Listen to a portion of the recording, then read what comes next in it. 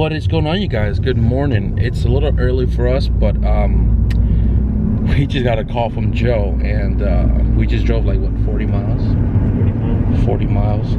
And it is 9:40 in the morning, and I told Joe, I said, once you score in a junkyard, you're gonna become addicted. So every Saturday that he has his day off, he goes to the junkyard. So he called me this morning and said, hey, like heavy breath, you gotta come out here, bro. You gotta help me. And I'm like, Joe, what did you find? You know what I'm saying? I'll show you guys in a second. And he was like, I need your help. I need you to help me to pull this. And I'm like, oh my God. And I say, okay, which yard are you in? Now, normally I don't like disclosing my location for privacy purposes, but I mean, a lot of you guys probably already know if you guys look in the description, but we're out here in Moss Landing, and Moss Landing is pretty far from us, and we just got here. So he was telling me how there was a lot of people around the car, and he wants to pull it ASAP. So we're going to get inside and show you what he found. What up? People love you vlogging, bro. I wish I can just give you a GoPro for when you come. When you come here first than everybody. Bro, I've met like, he follows your channel. Oh, the other dude that just... Hey, what's going on, bro? This other dude that just left right now, he was like, hey, he goes... I was telling you that I just seen your last ones. Hey, how you doing? Good, good. I was telling you, I just sold my buddy your wagon. Which one? The white one. Oh, yeah. Oh, shit. Yeah. This guy over here waking me up in my my beauty sleep, bro. I woke you up and you're all...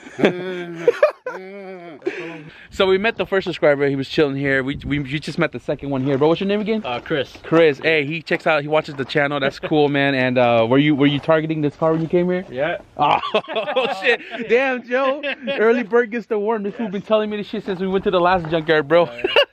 You know, I know you guys enjoyed Joe vlogging. The thing is, Joe lives very far from me. Even if he did vlog, it would be like, it would be a mission to go get the memory card and stuff like that. Like, I actually thought about just giving Joe a GoPro, because he recorded the transmission cleaning job with my GoPro, and just give him a GoPro for when he does go to yard, because he does go without me. So if he does do that ever again, he can at least vlog it for you guys. And like I said, once you start scoring something from the junkyard, your first score, you're gonna get addicted, and there you go. Yeah, that explains itself. So right here, it's an Ellis VTEC apparently, and I don't know, it just ended up here in the yard. It had some goodies, amber corners. I wonder if these are Visions. Are these Visions? Well, either way, they're broken. So no, made in China. It's got some eBay header, BWR. Where's that radiator? Somewhere. It has a BWR radiator. They went out of business a long time ago, but they made a lot of good products. BYS rep spoiler, P28, OBD1. Oh no, OBD2 distributor. Small little goodies here and there, like Joe already took the camera kit. Nothing special here in the rear other than disc. Inside the car, I probably got 10 of these guys. Look at this, a little bass controller. Yeah, so, oh, well, you look at that. Look, spoon rep mirrors.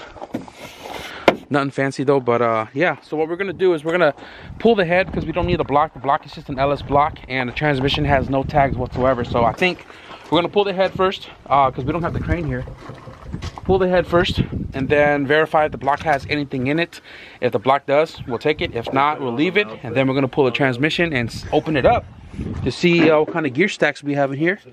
And if it's a GSR, then, you know what I'm saying, Joe's gonna have a GSR channel. Guys, check this out. They got one of the hood risers on the outside of the hinge, and then the other one over there is on the inside. What is this supposed to do? The funniest thing is when you close the hood, it's still props. I don't know, Joe. The cams do look a little darker than stock cams, and they look a lot more fresher. You look at it, there's not a lot of wear on the lobes. So like I said, we're gonna pull the head off and we'll know then.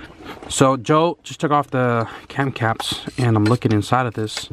It is a B16 head, 91 spec from the stamp on the head right there on the left. And it has dual valve springs on both sides. I don't know if you guys can see that. See that spring on the inside? That's the second spring. Same one over here. There's a second spring in it. So that's freaking awesome. But it does have stock head bolts. So I don't think the bottom end is built, because who would do a bottom end built with the stock head studs?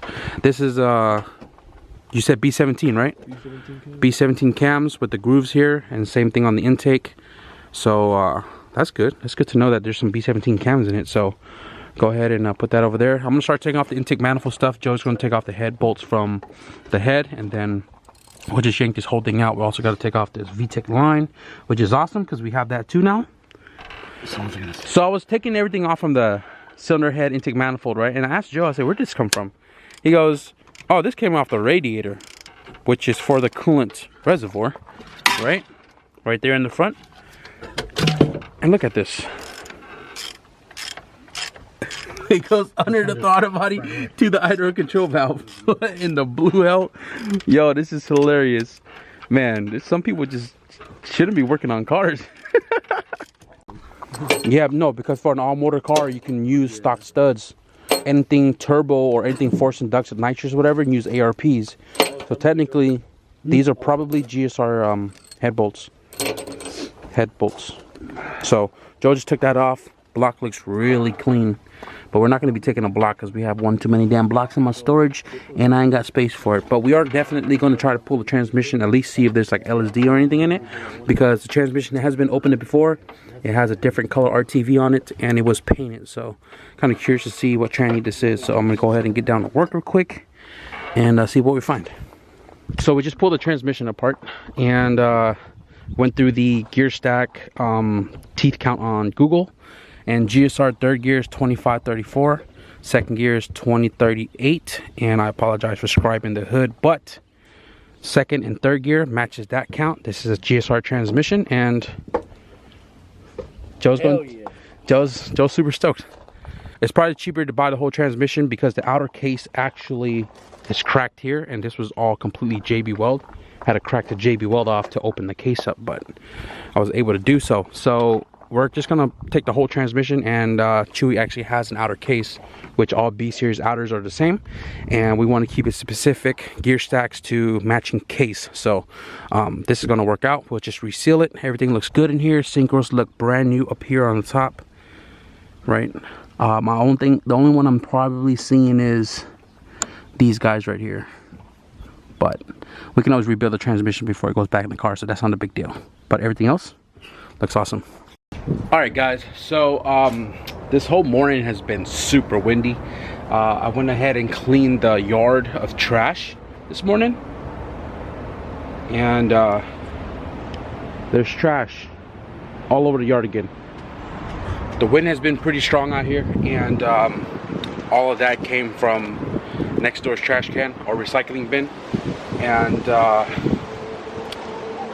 I'm gonna have to clean all that again. But yesterday we were in the junkyard with Joe, and we scored the GSR transmission and the VTEC head. Small miscellaneous stuff here and there, but the main thing was the VTEC head, because now we can finally start working on Joe's you know, his 12-second goal. And tomorrow he's actually going to take the head to the machine shop, change the seals out, resurface the head. I got the studs, I got everything here for him, and I think you guys should be seeing in the next video of what went down yesterday, which is why I didn't record yesterday festivities with this video. So this video is just gonna be buttoning up the wagon, and that's what I'm doing today. I actually been waiting for the wind to die down because it was distorting the audio a lot, and right now I just went ahead and clearanced the transmission a little bit more to clear the subframe down there, and you can see there's a nice gap. I mean, you can't even see, but between the subframe and the transmission right there, there's a pretty good gap to ensure that we're not going to be smacking or rubbing or vibrating on the subframe while we're driving or beating on it.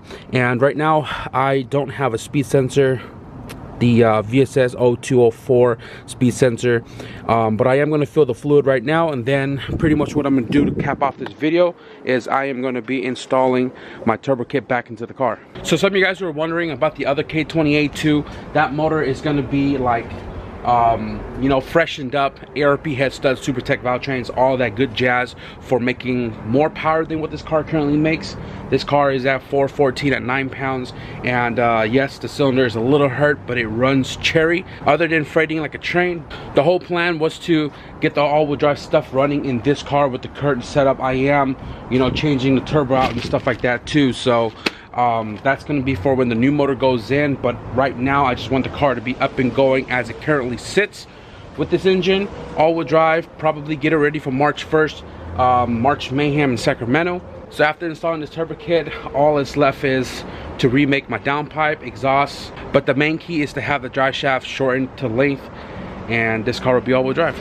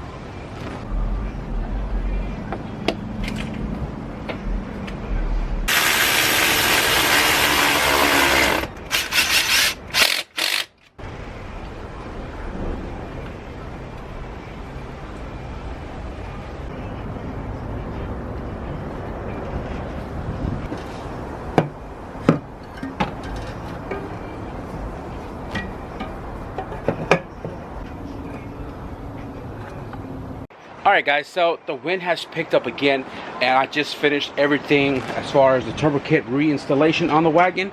I haven't turned it on yet because I don't have the other half of the downpipe connected, because this isn't made to clear the transfer case. So the other end of the downpipe from the turbo actually ends right here before the subframe. So I'm not gonna turn it on and, you know, let all the smoke build up right here in this corner. And also Mamel's sleeping and I don't want to wake him up, so I'm not going to turn it on today. A few more knickknacks like measuring the drive shaft, cutting up the downpipe, and making it clear the transfer case, and hopefully we'll probably try to squeeze that in with building the exhaust system, because I still do want to keep my exhaust system on the car. I do want to start driving this car more once it's all said and done, so probably gonna make that its own video. But as far as this video goes, we are gonna wrap it up right here. Just know that we're getting this car close to being back on the floor, back on the road, hopefully back on the dyno here soon, and I'm super stoked. I hope you guys are too. But if you guys enjoyed this video, the junkyard run and the progress on the wagon, be sure to give this video a thumbs up. And if you guys want to stick around for everything else to come, be sure to hit the subscribe button. And always remember guys, progress is better than no progress. So get out there, start wrenching on your car. And with that being said, thank you guys for watching, and I'll see you guys in the next video. Peace.